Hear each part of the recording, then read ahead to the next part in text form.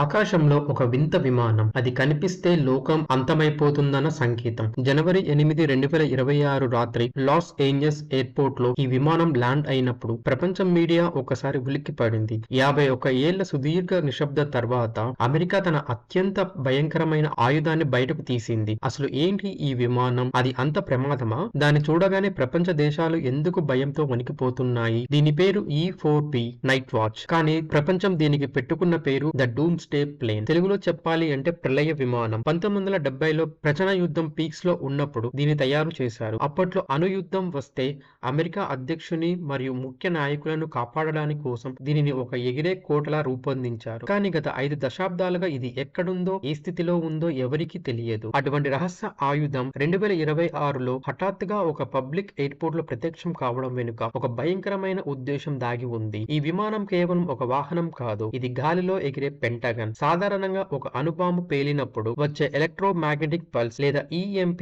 ప్రభావం వల్ల భూమి మీద ఉన్న ప్రతి సెల్ ఫోన్, కంప్యూటర్, చివరకు కార్లు కూడా కాలిపోతాయి. కానీ ఈ డూమ్ స్టేన్ ప్లేన్ మాత్రం ఆ వినాశనంలో కూడా మొండిగా పనిచేస్తుంది. ఎందుకంటే దీన్ని ఆధునిక డిజిటల్ సిస్టమ్స్ తో కాకుండా పాతకాలపు అన్లాక్ టెక్నాలజీతో తయారు చేశారు. అంటే చిప్స్ కంటే ఎక్కువ వైర్లు ఇక్కడ కనిపిస్తాయి. దీనిపైన కనిపించే ఆ చిన్న ఉబ్బెత్తు భాగం వెనుక 67 రకాల శాటిలైట్స్ డిషెస్ ఉంటాయి. ఇవి సముద్రం అడుగున నిశ్శబ్దంగా దాచుకున్న అణు సబ్మెరైన్ కి కూడా క్షణాల యుద్ధ ఆదేశాలు పంపగలవు. ఇది గాలిని రీఫ్యూలింగ్ చేసుకుంటూ వారం రోజుల పాటు నేలను తాకకుండా ఎగరగలదు. కానీ అసలైన ట్విస్ట్, దీనితో పాటు వచ్చిన C-7 గ్లోబల్ మాస్టర్ కార్గో విమానం ఉంది. డూమ్ స్టే ప్లాన్ ఎక్కడ ల్యాండ్ అయినా దానికి రక్షణ భారీగా బుల్లెట్ ప్రూఫ్స్ వాహనాలు, రహస్య కమ్యూనికేషన్స్ పరికరాలు మరియు అత్యంత ప్రమాదకరమైన కమాండోలు ఈ కార్గో విమానాలు మోసుకొస్తాయి. అంటే అమెరికా తన మొత్తం మొబైల్ వార్ సెంటర్ ను వాషింగ్టన్ నుంచి లాస్ ఏంజల్ కు షిఫ్ట్ చేసిందని అర్థం. ఇది కేవలం ఒక విజిట్ కాదు, ఇది రాబోయే ఏదో ఒక పెను విపత్తుకు సిద్ధమవుతున్న సాంకేతికం. అసలు ఈ డూమ్ స్టే విమానం ఇప్పుడు ఎందుకు రంగంలోకి దిగింది? దీనికి ప్రధాన కారణం అమెరికా చేసిన ఒక అత్యంత సాహసోపేతమైన మెరుపు దాడి. వెనుజులా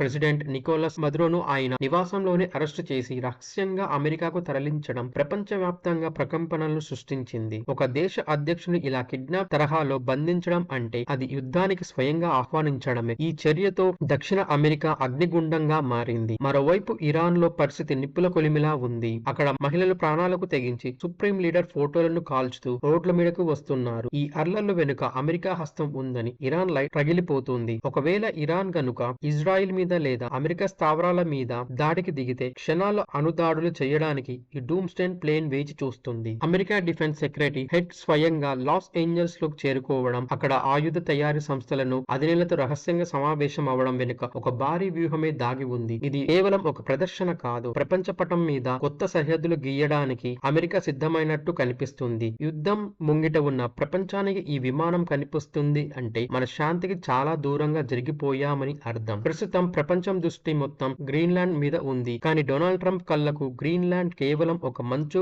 గడ్డిలా కనిపించడం లేదు. అది బిలియన్ డాలర్ల విలువైన ఆయిల్, గ్యాస్ మరియు యురేనియం నిల్వలున్న ఒక అపారమైన బంగారు గని. చైనా ఆధిపత్యాన్ని దెబ్బకొట్టి ఆర్కిటెక్ట్ రీజన్ మీద పట్టు సాధించాలంటే గ్రీన్లాండ్ అమెరికా వశం కావాల్సిందే అని వైట్ హౌస్ గట్టిగా నమ్ముతుంది. కానీ డెన్మార్క్ దీనికి ససేమిరా అంటుంది.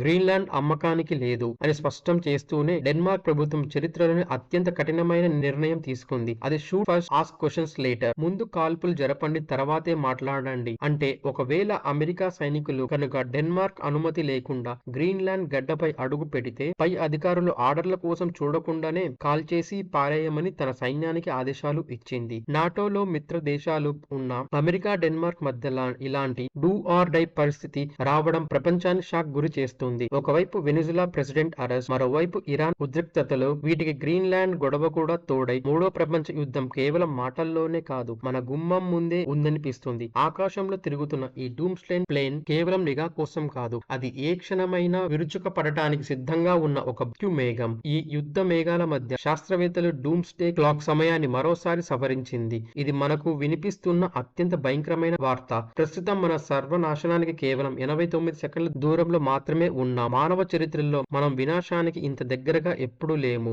యుద్ధ భయం ఒకవైపు, మారుతున్న వాతావరణం మరోవైపు, మరియు ఇప్పుడే నియంత్రించలేని ఆర్టిఫిషియల్ ఇంటెలిజెన్స్, ఈ 3 శక్తులు మనల్ని వేగంగా వినాశనం వైపు నడిపిస్తుంది. ఆకాశంలో ఎగిరే ఈ ప్రళయ విమానం మన తలరాతలను రాసే దైవం కాదు. అది మనం చేస్తున్న తప్పుల వల్ల సంభవించబోయే వినాశానికి ఒక సజీవ సాక్ష్యం మాత్రమే. సాంకేతికం మనల్ని కాపాడాలి, కానీ అది మన అంతానికి పునాది కాకూడదు. ఆకాశంలో ఆ విమానం గమ్యం ఎటువైపు అనేది మనం ఈ రోజు తీసుకునే నిర్ణయాల మీదనే ఆధారపడి ఉంది. మరి మీరేమంటారు? 2026లో మనం చూస్తున్న ఈ పరిణామాలు మూడో ప్రపంచ యుద్ధానికి దారి తీస్తాయా? శాంతిని నెలకొల్పడానికి మనం ఇంకా ఏం చేయాలి? మీ విలువైన అభిప్రాయాలను కామెంట్ లో తెలియచేయండి. మరిన్ని వీడియోస్ కోసం దినకర టాక్స్ ని సబ్స్క్రైబ్ చేసుకోండి.